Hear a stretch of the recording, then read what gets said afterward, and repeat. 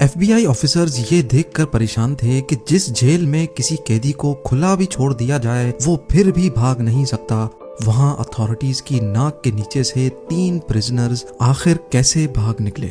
सबसे हैरानी की बात तो ये थी कि अगले 10 घंटों तक जेल अथॉरिटीज को कैसे उनके भागने की जर्रा बराबर भी भनक ना पड़ सकी। ना सिर्फ एफबीआई बल्कि यूएस की 3 टॉप लेवल एजेंसीज भी इस केस को सुलझाने में एड़ी चोटी के जोर लगा चुकी थी।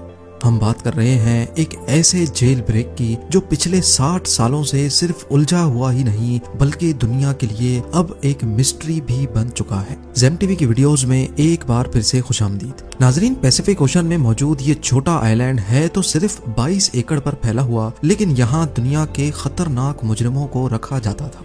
अल्कट्राज के नाम से फेमस ये आइलैंड समंदर में ही एक बहुत बड़े पत्थर पर बना हुआ है। इसी वजह से इसको दी रॉक भी कहा जाता है। एक तो ये आइलैंड दूर दूर तक ओशन से घिरा हुआ है, दूसरा एक्स्ट्रा प्रोटेक्शन के लिए इसके गिर्द 15 फुट ऊंची फेंस भी खड़ी की गई है। जेल सार्जेंट्स की 24/7 मॉनिटरिंग के साथ साथ, क्योंकि ये पैसिफिक ओशन की ओपनिंग में मौजूद है, तेज हवाएं और ऊंची लहरें इस आइलैंड को हमेशा घेरे रखती हैं। इन सब कंडीशंस को देखते हुए 1934 में इसको फेडरल प्रिजन डिक्लेयर कर दिया गया, जहां हद से ज्यादा सिक्योरिटी दी जाती थी। इन शॉर्ट, यहाँ अगर कोई एक बार आ गया तो खुद से निकलना किसी भी सूरत मुमकिन नहीं था। इस जेल को इनएस्केपेबल का दर्जा हासिल था, लेकिन 12 जुलाई 1962 को एल्कट्राज का सारा भरम तब टूटा जब 3 प्रिजनर्स यहाँ की सिक्योरिटी को बड़ी महारत से धोखा देकर फरार हो गए। इस कहानी के मेन किरदार ये 4 लोग हैं, जिनमें जॉन विलियम एंगलिन और क्लियरेंस एंगलिन आपस में भाई हैं। इनको एक बैंक रॉबरी के केस में यहाँ रखा गया था। उसके बाद ये है फ्रैंक मॉरिस, जो 13 सालों की एज से ही ऑन एंड ऑफ जेल की शक्ल देखता रहा है। इसको भी अल्कट्राज में बैंक रॉबरी की वजह से रखा गया था। आखिर में ये है एलन वेस्ट, जो पहले भी कई बार दूसरे जेलों से भागने की कोशिश कर चुका है। इसी वजह से इसको मैक्सिमम सिक्योरिटी के लिए अल्कट्राज में रखा गया। एलन वेस्ट इस जेल में काफी अरसे से है, इसी वजह से इसको जेल के कंपाउंड के बारे में दूसरों से ज्यादा मालूम है। अल्कट्राज से भागने का आइडिया सबसे पहले 1960 में एलन वेस्ट ने ही अपने इन साथियों को बताया था।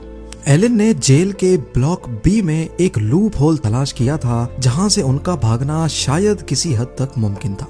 अब मसला ये है कि ये चारों लंच ब्रेक वगैरह में मिलते तो थे, लेकिन इनके सेल्स ब्लॉक बी में नहीं थे। ये चारों कोशिश में लगे रहे कि इनको ब्लॉक बी में शिफ्ट कर दिया जाए। खुशकिस्मती थी इनकी कि जेलर ने इनको ब्लॉक बी में शिफ्ट कर दिया, और वो भी एक दूसरे के बराबर में। इनका पहला टारगेट तो पूरा हो चुका था। चारों प्रिजनर्स एक साथ ब्लॉक बी में शिफ्ट हो चुके थे। अगले 2 सालों तक ये अपने अपने सेल्स के अंदर ही क्या खिचड़ी पकाते रहे, इसकी किसी को कानो कान खबर ना पड़ी। 12 जुलाई 1962 को रूटीन के मुताबिक सुबह के 7 बजे जेल स्टाफ तमाम प्रिजनर्स को उठाने के लिए निकले। असेंबली में काउंटिंग की गई तो इनमें 3 प्रिजनर्स मिसिंग थे। जब स्टाफ ने तमाम सेल्स को दोबारा से चेक किया तो ब्लॉक बी में एंगलिन ब्रदर समेत फ्रैंक मॉरिस को अपने ही बेड पर सोया हुआ पाया।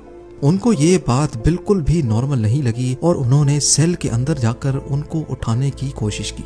इसी दौरान वो क्या देखते हैं कि तीनों सेल्स के बेड पे सिर्फ डमी हेड्स पड़े हुए थे। जी हाँ, वो तीनों भाग चुके थे और उन्होंने सोप, प्लास्टर और कंक्रीट के मिक्सचर से बना ये डमी हेड रख दिया था। इनमें से एक हाथ लगने की वजह से जमीन पर गिरकर टूट भी गया, जिसको इस फोटो में भी देखा जा सकता है। ये मंजर देखकर पूरे जेल स्टाफ के होश खता हो चुके थे।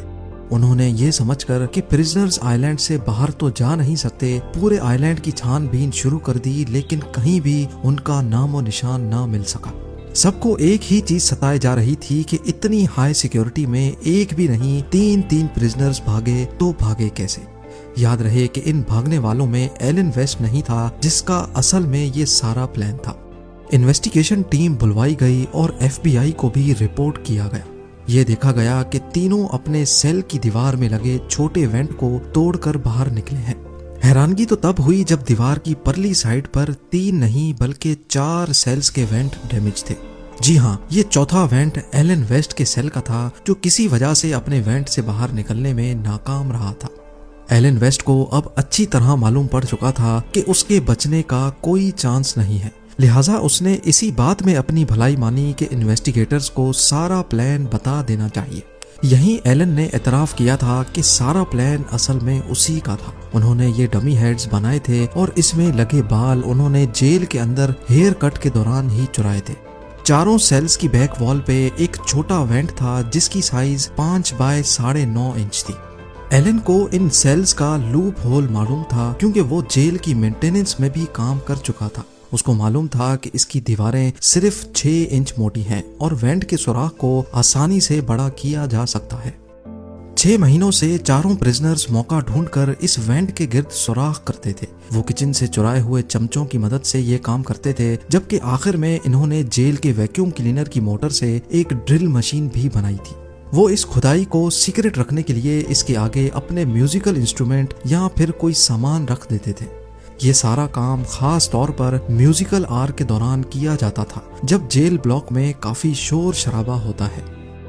वेंट एक कॉरिडोर में निकलता था जहां कोई सिक्योरिटी नहीं थी। यहाँ से एक ड्रेन पाइप सीधा ब्लॉक की छत पर जाता है जहां वो अक्सर मेंटेनेंस के लिए काम करते थे। एल्काट्राज में प्रिजनर्स को बिजी रखने के लिए उनसे मेंटेनेंस का काम करवाया जाता था। ये चारों प्रिजनर्स भी मेंटेनेंस करने छत पे जाया करते थे और इस बहाने वो अपने भागने के प्लान के लिए हर छोटी से छोटी चीज का जायजा भी लेते थे। छत से वो एक और पाइप को यूज करके नीचे उतरे और फिर आइलैंड की 15 फुट बड़ी फेंस को टॉप कर भाग निकले। उन्होंने अपनी सारी तैयारी पूरी कर रखी थी। रबर रेन कोट्स को जोड़कर अपने लिए एक इन्फ्लेटेबल राफ्ट भी पहले से ही बना रखी थी। ये रेन कोट्स जेल एडमिनिस्ट्रेशन की तरफ से ही दिए जाते थे, जो वो बहाने बहाने से इकट्ठे करते जा रहे थे। इसके अलावा रेन कोट से ही उन्होंने अपने लिए लाइफ जैकेट की तरह कोई चीज भी बनाई थी, जो कि राफ्ट के काम ना करने पर उनको पानी में डूबने से बचाएगी। पर एफबीआई के लिए असल सवाल अभी तक यही था कि भागने वाले प्रिजनर्स अब कहाँ हैं।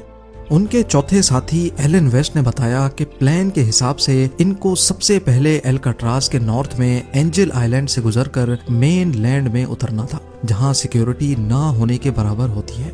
वहां से इनको एक गाड़ी और कुछ कपड़े चुराने थे।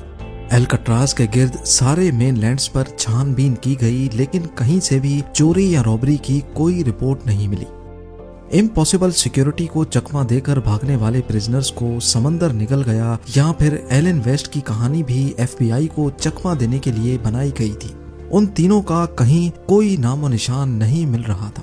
ब्लॉक बी की छत पे मौजूद फुटप्रिंट्स, जहां ये सारी चीजें बनाई गई थी, वो सीक्रेट वर्कशॉप और जिस पाइप पर लटक कर वो नीचे उतरे थे, उस पर पैरों के निशान देखकर ये तो वेरीफाई हो गया कि एलन वेस्ट की कहानी झूठी नहीं है। अब एफबीआई के साथ साथ coast guards, bureau of prison और यूएस मार्शल सर्विस को भी इस केस में शामिल करके समंदर में प्रिजनर्स को ढूंढना शुरू कर दिया गया, पर उनको कहीं भी ना प्रिजनर्स मिले और ना ही कोई राफ्ट या फिर लाइफ जैकेट। ये पुलिस केस से हटकर अब एक मिस्ट्री केस बनने जा रहा था। अगले 4 दिनों में कोस्ट गार्ड्स को तैरता हुआ लकड़ी से बना एक पैडल मिला, जो कि माना जाता है कि उस राफ्ट का ही पार्ट है। उसके बाद रेन कोट से बने 2 बैग्स भी मिले, जिसमें प्रिजनर्स का पर्सनल सामान जैसा कि फैमिली फोटो और लेटर्स वगैरह मौजूद थे। इससे ये अंदाजा लगाया गया कि तीनों प्रिजनर्स जिंदा मेन लैंड पर नहीं पहुंचे, क्योंकि ये आइटम्स ऐसे हैं जिनको कोई भी प्रिजनर आसानी से नहीं छोड़ता।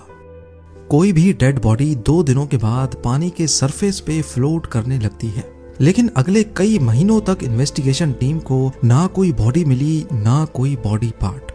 एक थ्योरी ये भी है कि तीनों प्रिजनर्स राफ्ट से नहीं तो स्विम करके मेन लैंड पहुंच गए होंगे, क्योंकि 1962 में एस्केप के बाद एफबीआई ने एंगलिन ब्रदर्स की फैमिली पर कड़ी नजर रखी हुई थी। उनके एक भतीजे डेविड विडनर ने एफबीआई को बताया कि जॉन और क्लेरेंस के बड़े भाई ने मौत के वक्त अपनी बहनों को बताया कि उनके भाई सही सलामत मौजूद हैं और वो उनके साथ कांटेक्ट में है। कई फैमिली मेंबर्स ने एफबीआई को यह भी बताया कि फैमिली में छोटे बड़े दिन पर 2 खवातीन अजीब से मेकअप में देखी गई हैं, जो शायद जॉन और क्लेरेंस ही भेस बदल कर आते हैं, लेकिन इसके बाद वो दोनों खवातीन कभी नजर नहीं आई। इसके अलावा एस्केप के 15 सालों के बाद एंगलिन ब्रदर्स के कजन ने ब्राजील में दोनों भाइयों को एक क्लब में देखा और उनकी फोटो भी कैप्चर कर ली। उनकी फैमिली का भी यही मानना है कि ये एंगलिन ब्रदर्स ही हैं, लेकिन यूएस मार्शल सर्विस के इन्वेस्टिगेटर्स का मानना है कि इस फोटो में जो शख्स दिख रहे हैं इनकी एज एंगलिन ब्रदर्स से मैच नहीं होती। ये आखिरी बार था जब एंगलिन ब्रदर्स के जिंदा होने की कोई खबर मिली थी। इसके बाद आज तक इनका कोई अता पता ना चल सका। एस्केप के अगले ही साल अल्काट्राज को बंद कर दिया गया। 1979 में हिम्मत हार कर FBI ने भी ऑफिशियली इस केस से हाथ उठा लिए।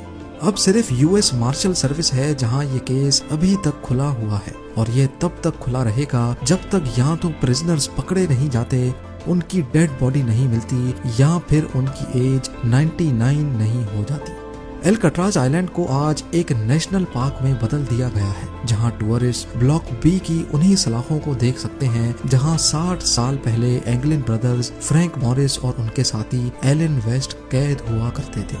उम्मीद है जेम टीवी की ये वीडियो भी आप लोग भरपूर लाइक और शेयर करेंगे। आप लोगों के प्यार भरे कमेंट्स का बेहद शुक्रिया। मिलते हैं अगली शानदार वीडियो में।